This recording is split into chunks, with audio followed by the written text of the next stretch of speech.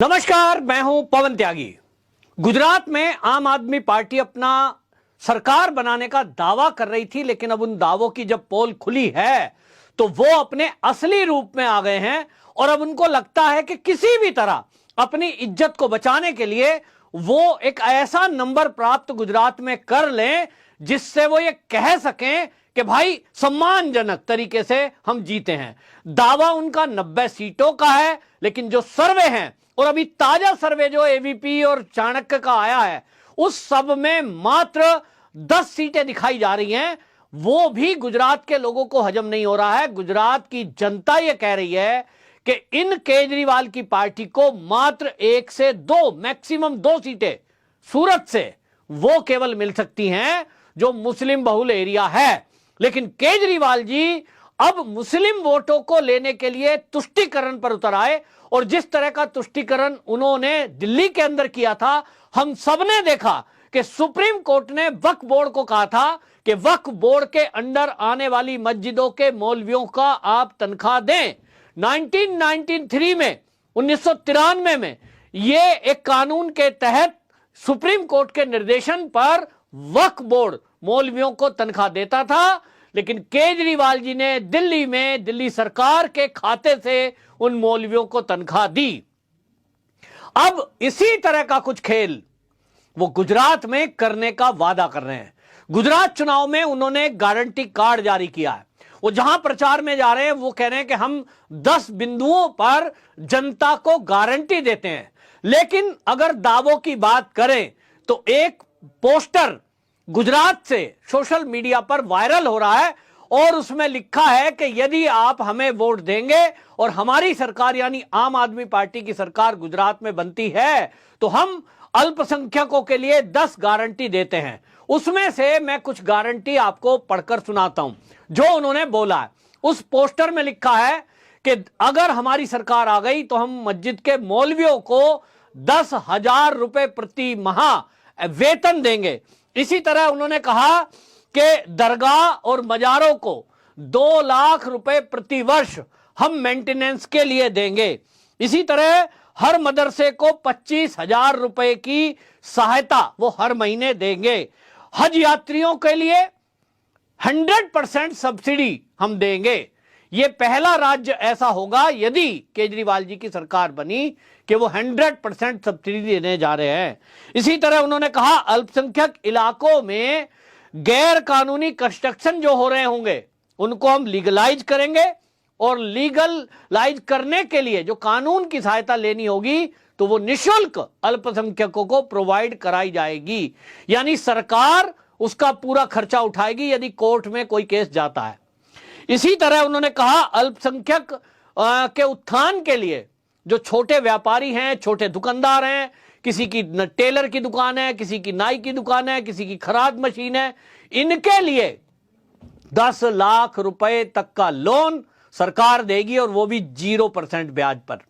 ये उसके कुछ बिंदु हैं जो मैंने आपको पढ़कर सुनाए उस पोस्टर में। जो वो पोस्टर मुस्लिम बहुल एरिया में एक पैम्फलेट है वो बांटा गया है। कुछ जगह मस्जिद के आसपास वो पोस्टर भी लगाए गए हैं। अब इस पर बवाल मचा है कि यदि कोई सरकार इस तरह के तुष्टीकरण के काम अभी आने के पहले ही ये कर रहे हैं, दिल्ली के अंदर जो मौलवियों की सैलरी का मुद्दा उठा उसको ये कह रहे हैं कि साहब वो तो कोर्ट का आदेश था, जबकि कोर्ट में साफ साफ है कि वो वक्फ बोर्ड को कह रहे हैं और वक्फ बोर्ड के पास पहले ही अरबों खरबों रुपए की प्रॉपर्टी है जो गवर्नमेंट ने दी है, दिल्ली में भी दी है, हर राज्य में है। 5 लाख जो एकड़ है करीब जमीन इनके पास है, एक आंकड़ा बता रहा है। अब इतनी जमीनों के मालिक वक्फ बोर्ड जिनको लोगों ने दान में दिया है, वो अगर अपने अधीन आने वाली मस्जिदों को मौलवियों को रखरखाव के लिए गुजारे भत्ते के लिए पैसा ना दे तो सुप्रीम कोर्ट ने इसमें एक केस गया था और वो मुस्लिम पक्षकार हैं उनकी तरफ से वो कोर्ट में गया था, मौलवियों की तरफ से सुप्रीम कोर्ट केस पहुंचा था और तब सुप्रीम कोर्ट ने वक्फ बोर्ड को यह कहा था कि आप इनको गुजारा भत्ता दें। वो गुजारा भत्ता वक्फ बोर्ड देता है जो उनके अधीन मस्जिद आती हैं, लेकिन केजरीवाल जी ने वो 10 से बढ़ाकर 18,000 कर दिया और वो दिल्ली सरकार के खाते से दिया। ये जो हुआ दिल्ली में वक्फ बोर्ड को और बाकी मदरसों को जो सहायता दी गई, इस पर जो बौद्ध हैं वो दिल्ली के ये कह रहे हैं कि भैया मंदिर तो बौद्ध के भी हैं, उन पुजारियों को क्यों नहीं दिया? गुरुद्वारे भी हैं, उनके ग्रंथियों को क्यों नहीं दिया? चर्च भी हैं, उनमें पादरियों को क्यों नहीं दिया आपने कुछ? और मंदिर तो बहुत सारे हैं दिल्ली में, किसी भी एक पुजारी को नहीं दिया। केजरीवाल जी तो अपने आप को हनुमान भक्त बता रहे थे, वोट लेने के लिए वो प्रसिद्ध दिल्ली का जो हनुमान मंदिर है वहां उसमें गए भी थे, यमुना के किनारे। लेकिन वहां के पंडित जी को उन्होंने पूछा कि भाई आप प्रसिद्ध मंदिर के हनुमान जी का आशीर्वाद मेरे लिए जीत के लिए मांग रहे हैं, मेरे लिए प्रार्थना कर रहे हैं, आपको भी तनख्वाह दे दूं ना? यही तो तुष्टिकरण है कि बाकी को कुछ नहीं, केवल एक विशेष वर्ग को वो सारा तुष्ट करेंगे जो जो उनको चाहिए। सोचिए कि तीर्थ यात्रा के लिए केजरीवाल जी कह रहे हैं मैं तीर्थ भी फ्री कराता हूं, तो कोई कह रहा है आपसे तीर्थ फ्री कराएं? जो टैक्स पेयर का पैसा है आप उनसे पूछ रहे हैं? भाई आप, मैंने पहले भी कहा कि जो दिल्ली में तीर्थ यात्रा के नाम पर बवाल हुआ है उसको आप चेक करें।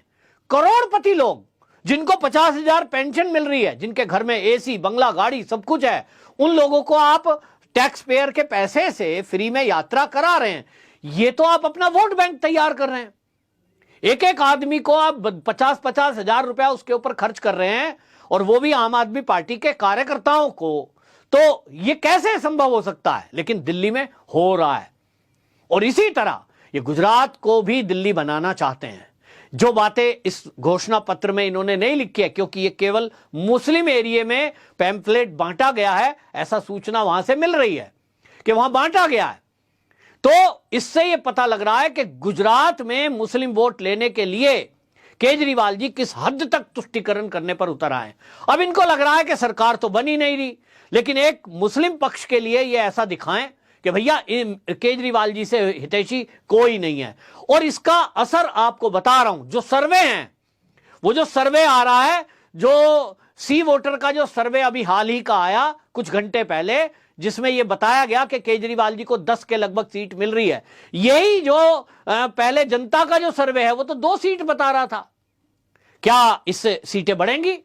निश्चित जानिए कि जब आप इस तरह की घोषणाएं करेंगे कि हम 0 ब्याज पर आपको 10 लाख रुपए देंगे, फिर आप ये घोषणा करेंगे कि हम सबको जो है हज करवाएंगे, फ्री में करवाएंगे, 100% सब्सिडी का मतलब है जितना आपका खर्चा आएगा, आप जाएंगे हज के लिए तो सबको मिलेगा। फ्री बिजली आप देंगे, फ्री पानी आप देंगे, महिलाओं को बस की यात्रा फ्री कराएंगे, सब कुछ फ्री करेंगे। और उसके बाद आप ये चाहें कि ये जो है जनता इस फ्री की रेवड़ी को दुत्कार कर और एक ऐसी पार्टी को चुने जो विकास करती हो। वाकई में केजरीवाल जी ने जो ये फ्री बांटकर जनता के सामने एक खाका खड़ा किया है, इस पर गुजरात में बहस हो रही है। लेकिन गुजरातियों में, जैसा मैंने कहा, पहले से इस बात को लेकर तैयारी है कि वहां फ्री का कुछ नहीं चाहिए। यहां तक कि मुसलमानों की भी अगर बात करें तो मुस्लिम एरिया में भी केजरीवाल जी के बजाय वहां की पार्टियां, वहां के मुस्लिम जो हैं वो कांग्रेस को वोट देना पसंद कर रहे हैं। और इसीलिए अभी भी सर्वे ये कह रहे हैं कि केजरीवाल जी की कितनी भी घोषणाएं हो जाएं, कुछ भी वो ड्रामे कर लें, केजरीवाल जी को 5 से अधिक सीटें नहीं आनी। पहले वाले सर्वे पर मैं अभी भी कायम हूं, मैक्सिमम 5 सीटें इनको आएंगी। और जिस सूरत में ये कह रहे हैं कि 8 में से 8 सीटें लाएंगे, वो मात्र 2 सीटें मिलती इनको दिख रही हैं, बाकी कांग्रेस को मिलेगी। ये बात ठीक है कि आज भी भारतीय जनता पार्टी के पक्ष में मुस्लिम वोटर जाता हुआ नहीं दिख रहा है। वो होने के बावजूद कांग्रेस नंबर 2 पर पार्टी रहने वाली है और उसकी भी 20 से 25 सीटें आएंगी, ऐसा एक अनुमान है। यहां आपको यह भी बताता चलूं कि सूरत में रोड शो के दौरान केजरीवाल जी ने यह दावा किया था कि भैया पत्थर उनको एक गली से आए और पत्थर मारे गए। हालांकि उस पत्थर लगने से कोई घायल नहीं हुआ। तो सवाल यह है कि मारने वाले ने मारा किसको? तो उसकी अब पोल खुली है। गुजरात की सूरत पुलिस यह कह रही है कि कोई पथराव नहीं हुआ, यह केवल एक ड्रामा था। कुछ पत्थर रखे गए थे और उनको दिखाकर मीडिया में ये एक सहानुभूति जनता की लेने की कोशिश की गई थी, लेकिन इसका असर सूरत में उल्टा पड़ा है। सूरत के निवासी ये कह रहे हैं कि केजरीवाल जी सूरत में रोड शो में आए, पूरे गुजरात में कहीं कोई पथराव की बात नहीं हुई और सूरत में आकर उन्होंने सूरत वालों को बदनाम करने के लिए यह ड्रामा रचा है। इसी के कारण जो वोट मुस्लिमों की भी है वो कांग्रेस की तरफ शिफ्ट होती दिखाई दे रही है। केजरीवाल जी को मुस्लिम वर्ग भी ये फ्री करने के बावजूद वोट देने को तैयार नहीं है। अब इस सब के बाद सब पोल खुल गई है और अब एमसीडी दिल्ली का जो चुनाव है इसमें भी ये जो पैम्फलेट मुस्लिम एरिया में गुजरात में बटे हैं इसका असर आपको आने वाले दिनों में दिखाई देगा। वंदे मातरम।